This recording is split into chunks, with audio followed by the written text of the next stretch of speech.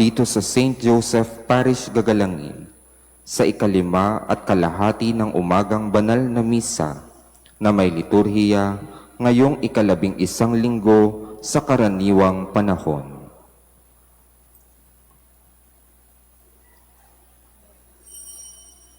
Tumayo po ang lahat at tayo makiisa sa Eucharistikong pagdiriwang na pamumunuan ng ating Kura Paroko, Reverendo Padre Douglas D. Badong.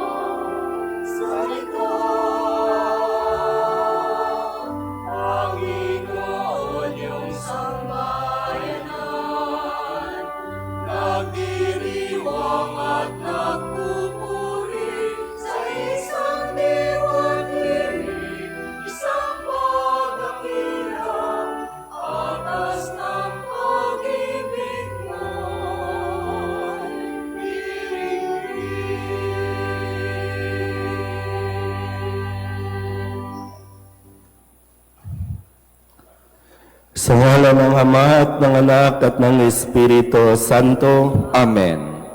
Ang pagbapala ng ating Panginoong Hesukristo, ang pag-ibig ng Diyos Ama, at ang pakikipagkaisa ng Espiritu Santo naway sumainyong lahat. At sumaiyo rin. Tayo po ay nasa 11 linggo sa karaniwang panahon.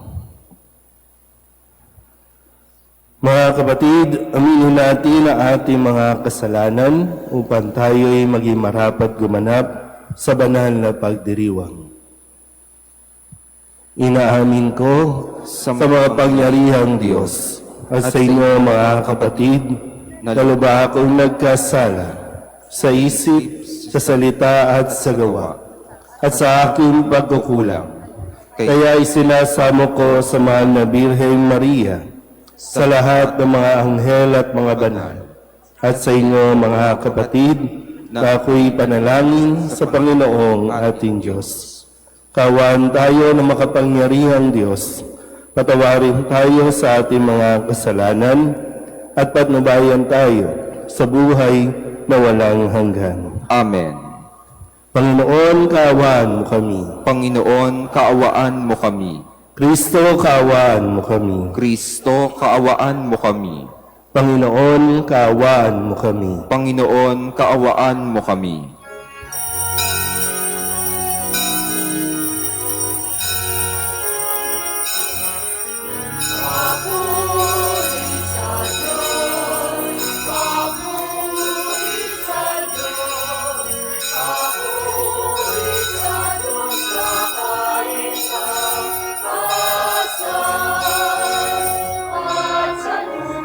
Kapayapaan at sa lupa'y kapayapaan.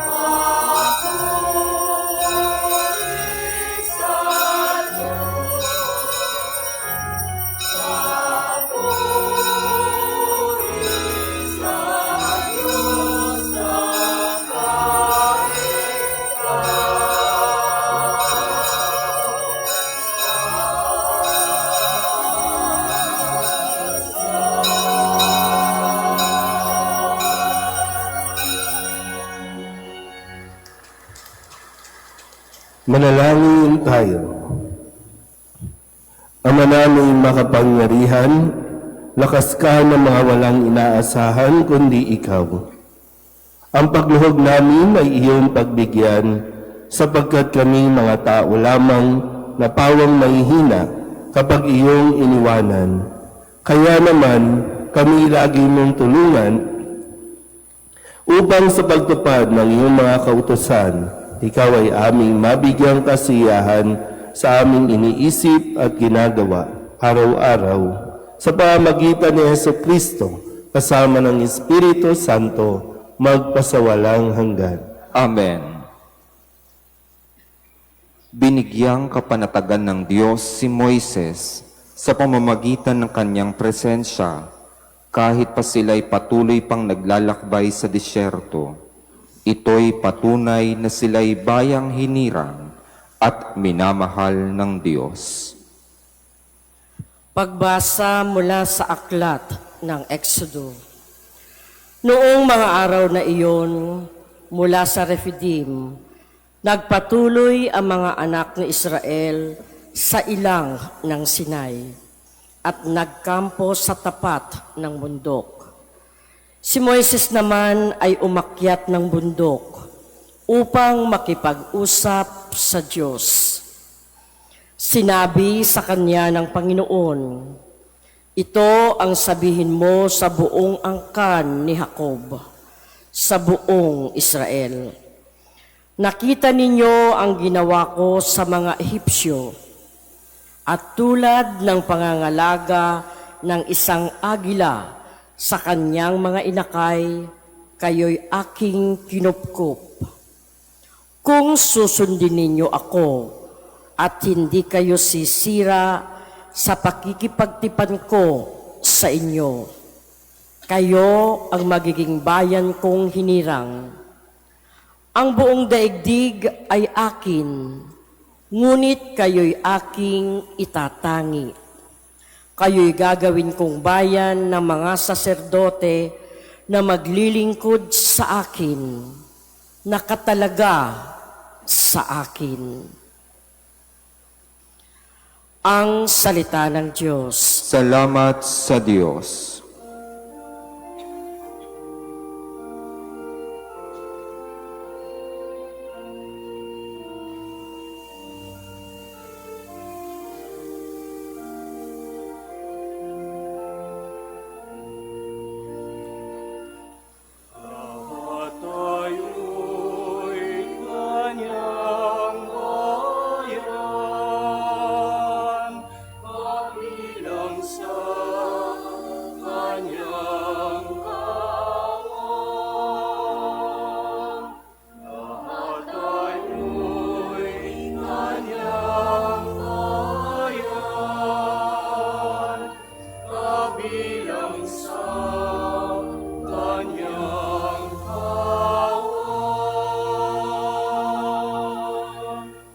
Umawit sa kagalakan ang lahat ng mga bansa. Panginooy papurihan, paglingkuran siyang kusa. Lumapit sa harap niya at umawit na may tuwa.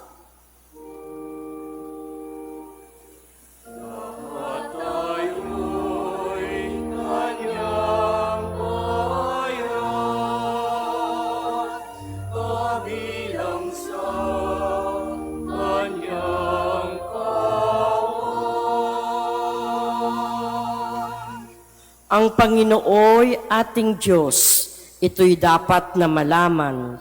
Tayo'y Kanyang lahat, tayong lahat na nilalang. Lahat tayo'y bayan niya, kabilang sa Kanyang kawan.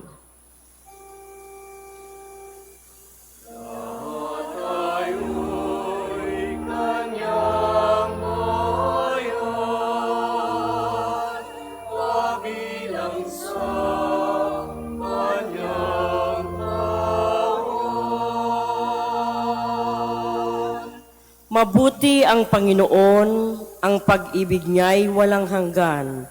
Sa'y Diyos na mabuti't laging tapat kailanman.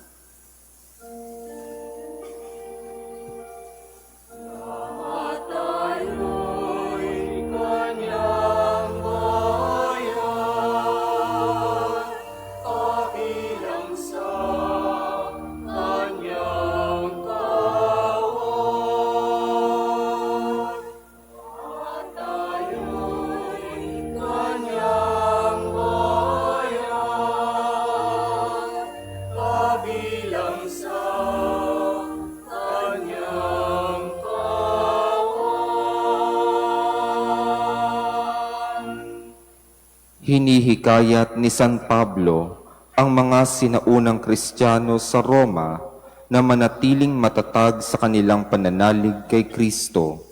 Ang kanyang pagpapakasakit at pagkamatay ang siyang nagdala sa atin sa kaligtasan at tanda ng kanyang pag-ibig. Ito ang marapat nating panghawakan. Pagbasa mula sa sulat ni Apostol San Pablo sa mga taga-Roma.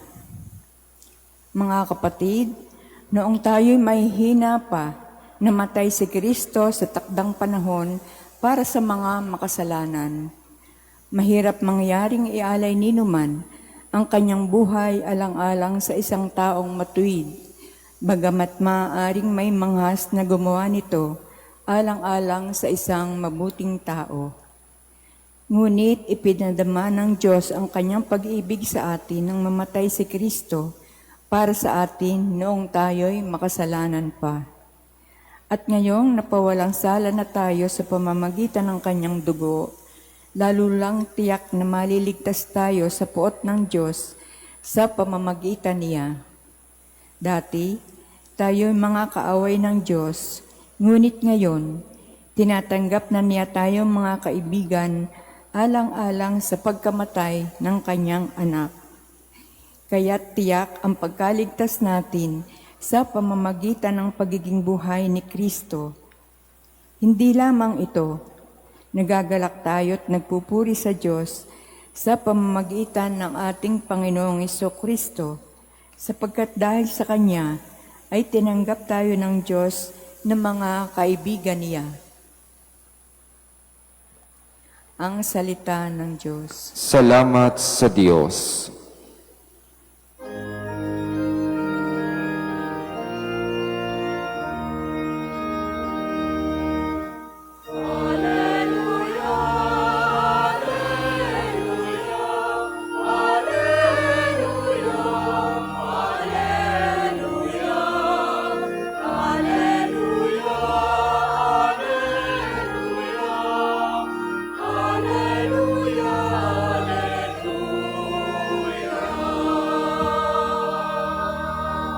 Ang Diyos ay maghahari na, talikdan ang tanang sala, manalig sa balita niya.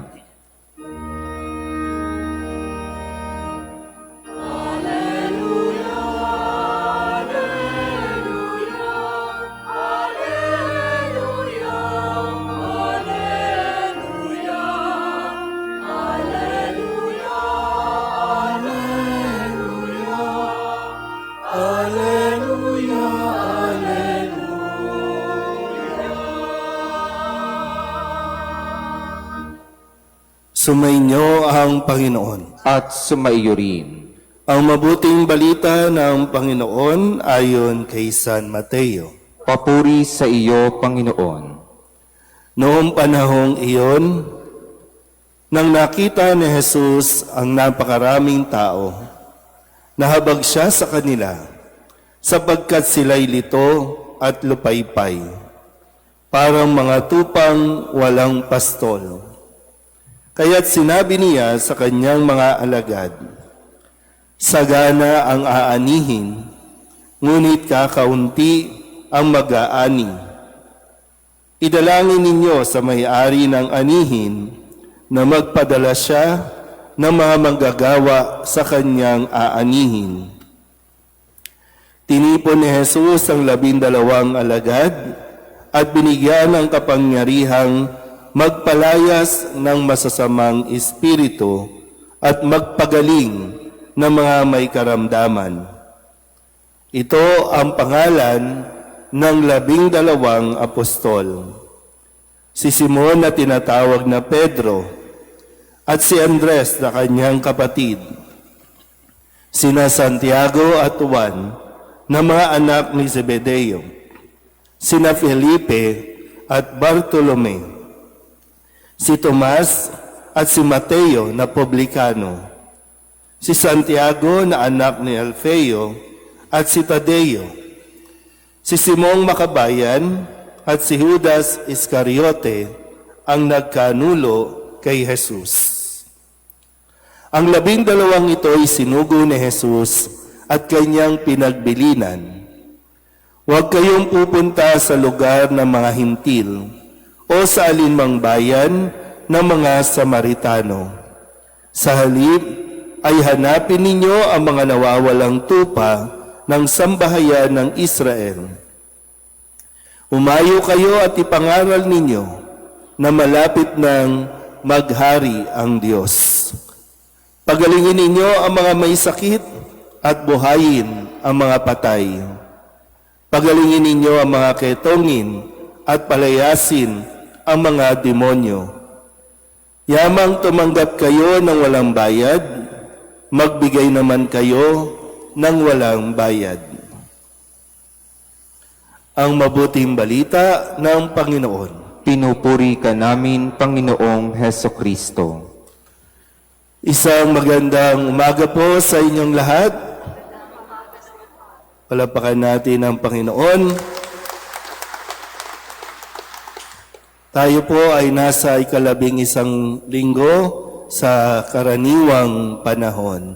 At nitong nakalipas na mga araw, maraming nadagdag na mga pangyayari sa ating pong lipunan, lalo tigit ang paglindol sa bahagi ng Mindanao at sa balita na atin pong natutunghayan pa rin magpasa hanggang ngayon, maraming tao pa rin ang nagugutom, walang tubig, walang kuryente, at wala pa rin matirhan dahil naghihintay pa rin naman ng tulong na minsan talaga mapapaisip ka din, bakit pag ganitong sitwasyon, ang bagal ng ayuda. Hindi nila mapagdesisyonan agad, kung paano magdi-distribute. Sabi sa mga balita, hindi nila maihatid ang mga tulong kasi may mga kalye, tulay na naputol. Sabi ko, anong ginagawa ng mga helicopter? Ano yung ginagawa ng mga sasakyan na talagang nagagamit ng ating mga lingkod bayan para magpumasyal, para pumunta sa ibang lugar?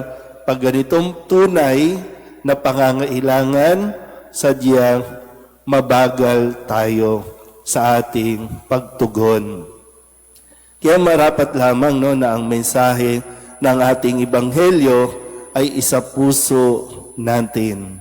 Sabi ni Kristo sa ating Ebanghelyo, nakita niya ang napakaraming tao. Sila ay lito, sila ay lupaypay. Kaya nahabag siya sa kanila. Sabihin niyo nga po, nahabag. Nahabag yung compassion. Pag sinabing compassion, yun yung nauunawaan mo ang sitwasyon ng isang tao. Nauunawaan mo ang kalagayan.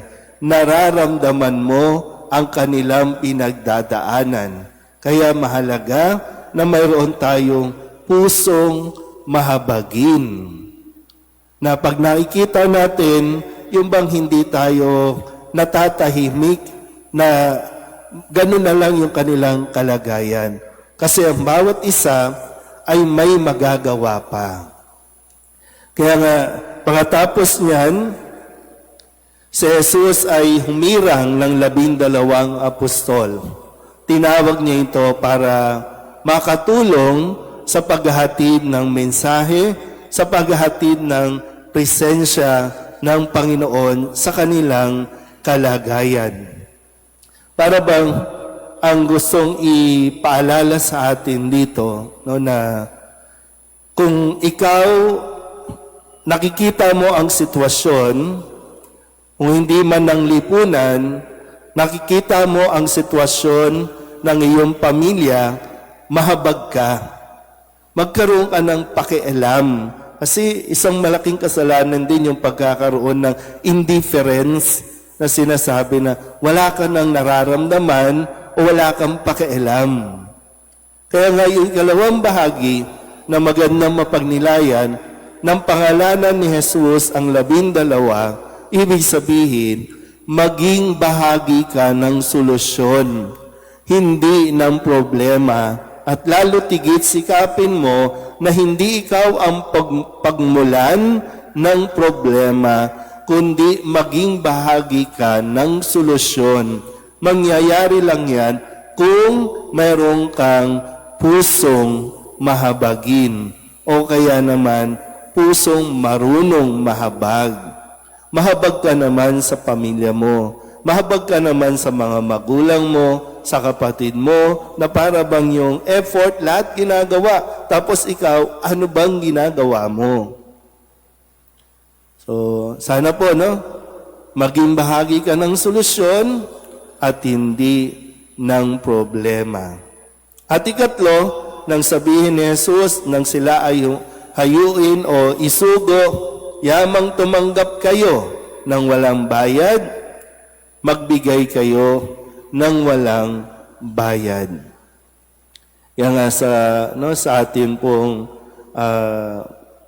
lipunan, talagang sa mga ganitong pagkakataon, malalaman mo at makikilala mo kung sino talaga yung mga genuine na gustong tumulong. Minsan po, no, pasensya na kayo kasi pag nakikita ako sa balita, nalindol na paghahandaan pa yung mga politiko sa kanilang pagdating. Sila pa yung pakakainin, sila pa yung aasikasuhin, samantalang ang mga nalindol, nandoon lang, tulala pa, nagugutom na, tas mag-i-speech pa tayo ng mag-i-speech. Hindi yun ang kailangan.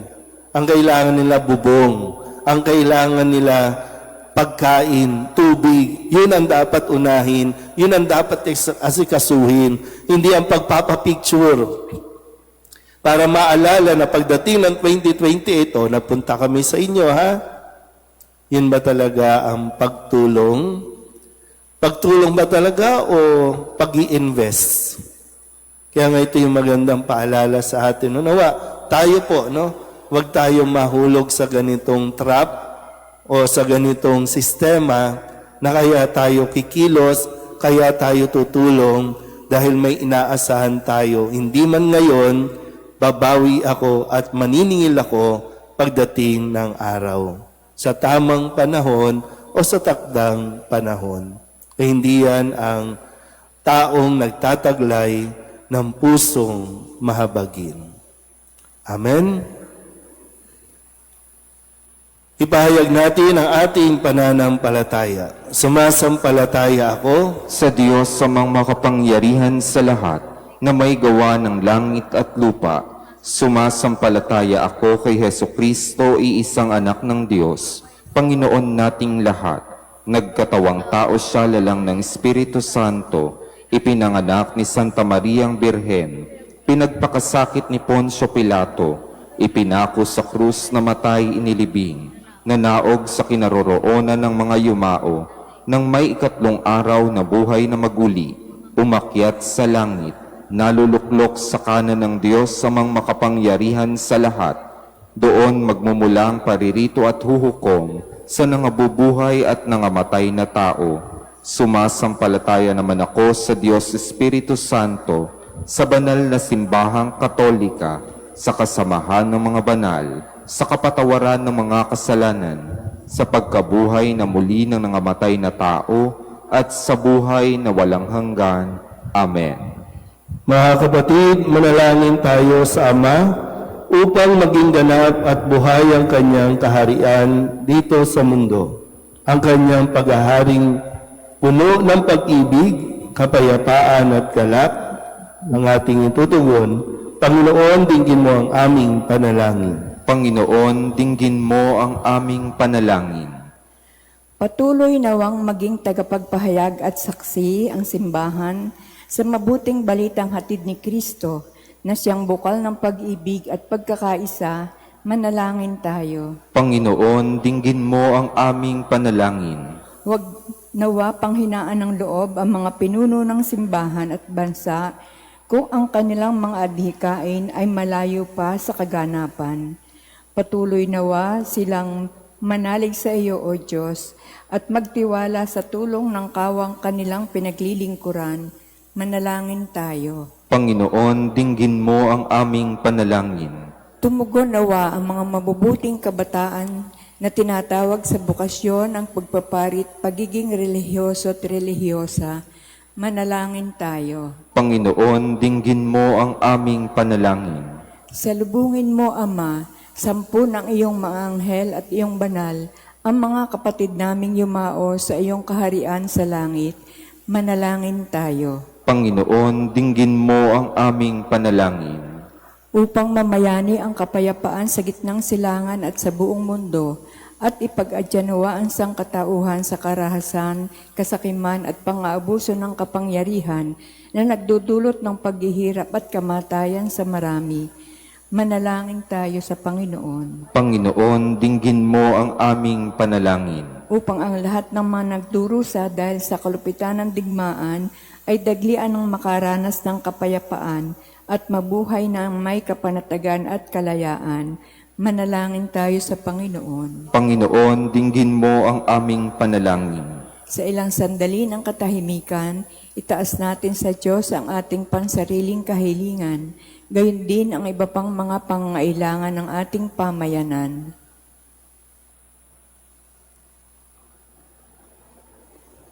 Manalangin tayo. Panginoon, dinggin mo ang aming panalangin. Ang lahat ng ito iniling namin sa ngalan ni Kristo, aming Panginoon. Amen.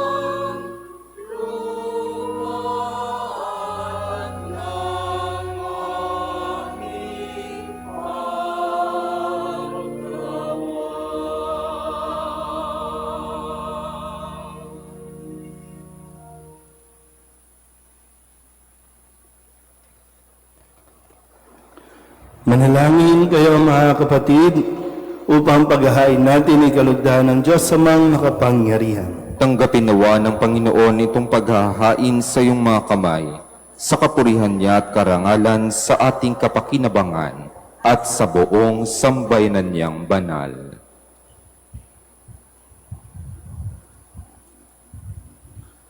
Ama naming lamika, kami ginawa mong may angking katauhan na dapat pakanin at panghalagaan at iyong dinudulutan ng banal na pakikinabang. Ipagkaloob mong kami huwag magkulang sa mga iniuukol mo sa aming kapakanan sa pamamagitan ni Yesu Kristo kasama ng Espiritu Santo magpasawalang hanggan. Amen. Sumainyo ang Panginoon. At sumaiyo rin. Itaas sa Diyos ang inyong puso at diwa. Itinaas na namin sa Panginoon. Pasalamatan natin ang Panginoong ating Diyos. Marapat na siya'y pasalamatan. Ama naming makapangyarihan, tunay ngang marapat na ikaw ay aming pasalamatan sa pamamagitan ni Yesu Kristo na aming Panginoon. Siya ay naging kapwa naming maaasahan upang may mangunang umako sa pananagutan dahil hangad mong magbago ang kinamihas ng pagkakanya-kanya ng sangkatauhan. Bunga ng pagtitiis, siya ay nanaig at ang kamatayan ay kanyang nalupig. Kaya't siya ang aming daan para aming masapin ang iyong tapat at maaasahang pag-ibig. Kaya kaysa ng mga anghel na nagsisiawin ng papuri sa iyo na walang humpay sa kalangitan, kami nagbubunyi sa iyong kadakilaan.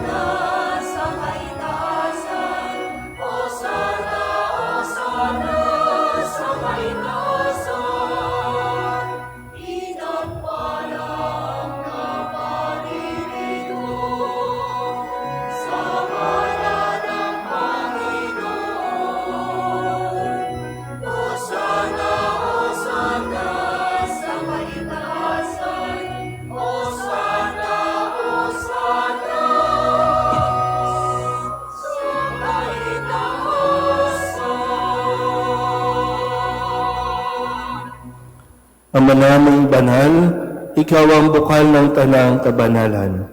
Kaya't sa pamamagitan ng iyong Espiritu, gawin mong banal ang kaloob na ito upang para sa aming maging katawan at dugo ng aming Panginoong Hesu Kristo. Bago niya pinagtiis ang kusang loob na maging handog, hinawakan niya ang tinapay, pinasalamatan kaniya. Pinaghati-hati niya iyon, iniabot sa kanyang mga alagad at sinabi, "Tanggapin ninyong lahat ito at kanin, ito ang aking katawan na ihahandog para sa inyo."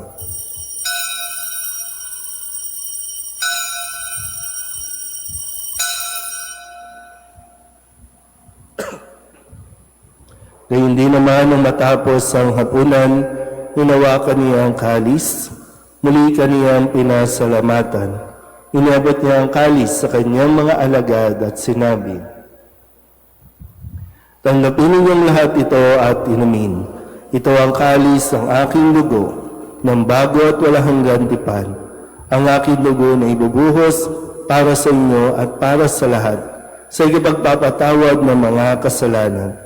Gawin ninyo ito sa pag-alaala sa akin."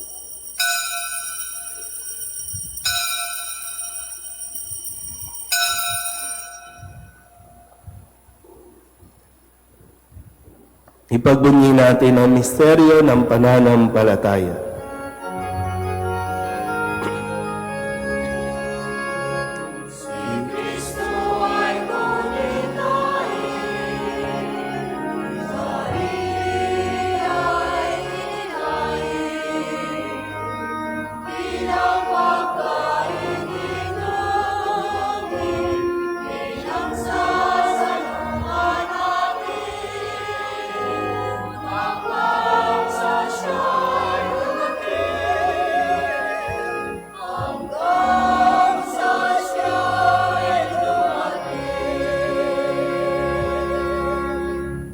Ama, ginagawa namin ngayon ang pag-alaala sa pagkamatay at muling pagkabuhay ng iyong anak.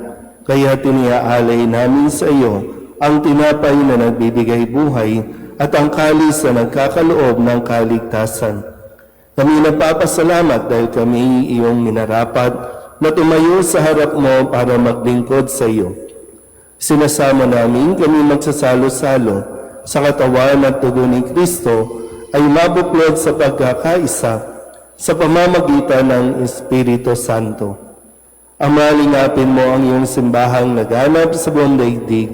Puspusin mo kami sa pag-ibig, kaysa ni Leon na aming Papa, at ni Jose na aming Obispo, at ng Tanang Kaparian. Alalahanin mo sa Estrella na tinawag mo mula sa daigdig na ito. Nung siya'y binyagan, siya'y nakaisa ng Kristo sa pagkamatay. Ngayong siya'y pumanaw, naway makaisa siya ni Kristo sa pagkabuhay. Alalahanin mo rin ang mga kapatid naming nahimlay nang may pag-asang sila'y muling mabubuhay, gayon din ang lahat ng mga pumanaw. Kawaan mo sila at patuloyin sa iyong kaliwanagan. Kawaan mo at pagindapating kaming lahat na makasalo sa iyong buhay na walang wakas. Kaysa naman na Birhen Maria na ina ng Diyos, ng kabiyak ng puso niyan si San Jose. Kaysa ng mga apostol at ng lahat ng mga banal na namuhay dito sa daigdig ng kalugod-lugod sa iyo, may pagdiwang nawa namin ang pagpupuri sa ikararangal mo sa pamamagitan ng iyong anak na aming Panginoong Hesu Kristo. Sa pamamagitan ng Kristo, kasama niya at sa Kanya, ang lahat ng parangal at papuri ay sa iyo, Diyos Amang makapangyarihan, kasama ng Espiritu Santo, magpasawalang hanggan.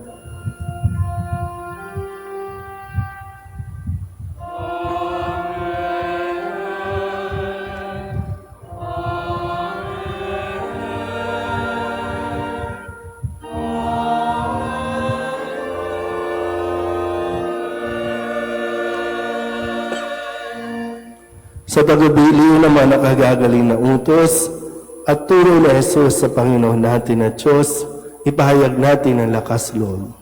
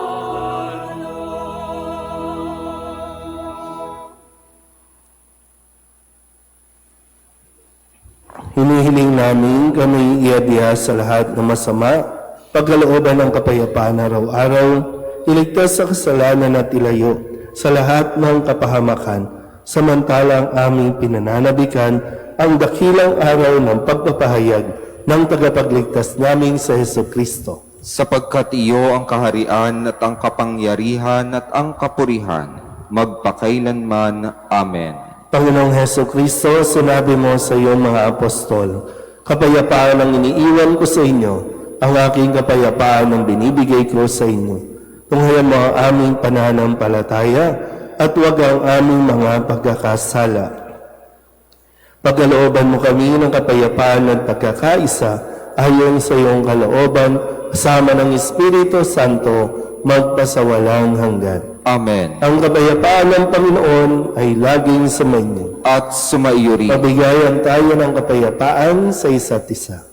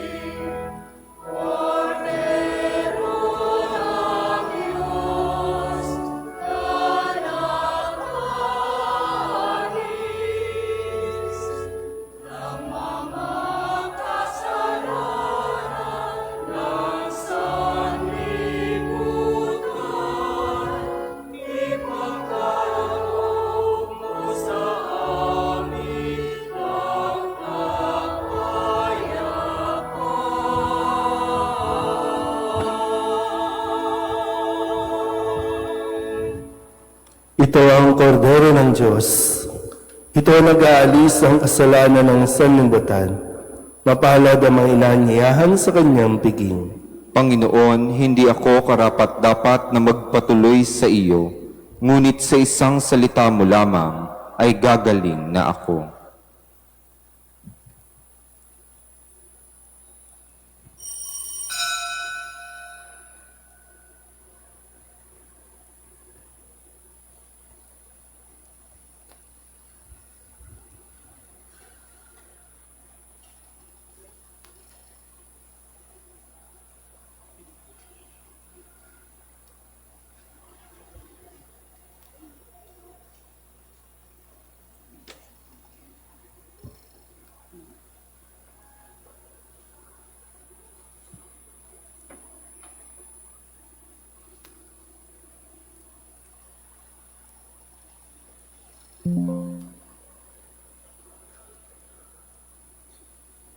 Luluhod na po ang lahat at ating darasalin ang panalangin kay San Jose. Abang tagapangalaga ng tagapagligtas, kabiyak na puso ng mahal na Birheng Maria, sa iyo ipinagkatiwala ng Diyos ang kaisa-isa niyang anak. Sa iyo nagtiwala si Maria, sa piling mo si Kristo'y naging tao. Maging ama ka rin sa amin, pinagpalang Jose, at gabayan mo kami sa landas ng buhay. Ihingi mo kami ng biyaya, awa at tapang, at ipagtanggol kami sa lahat ng masama. Amen. Magsitayo na po ang lahat.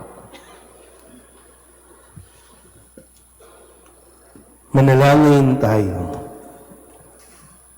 Ama naming mapagmahal, ang pinagsaluhan naming banal na pakikinabang na napapahiwatig ng iyong pakikisa sa tanan naritong nakikipagdiwang ay magdulot nawa ng pagkakaisa sa iyong sambayanan sa pamamagitan ni Jesucristo kasama ng Espiritu Santo magpasawalang hanggan. Amen. Sumainyo ang Panginoon At sumaiyo rin. at pagpalain kayo ng makapangyarihang Diyos, Ama at Anak at Espiritu Santo. Amen. Tapos ang banal na misa, humayo tayo sa kapayapaan ni Kristo. Salamat sa Diyos. Magandang umaga po.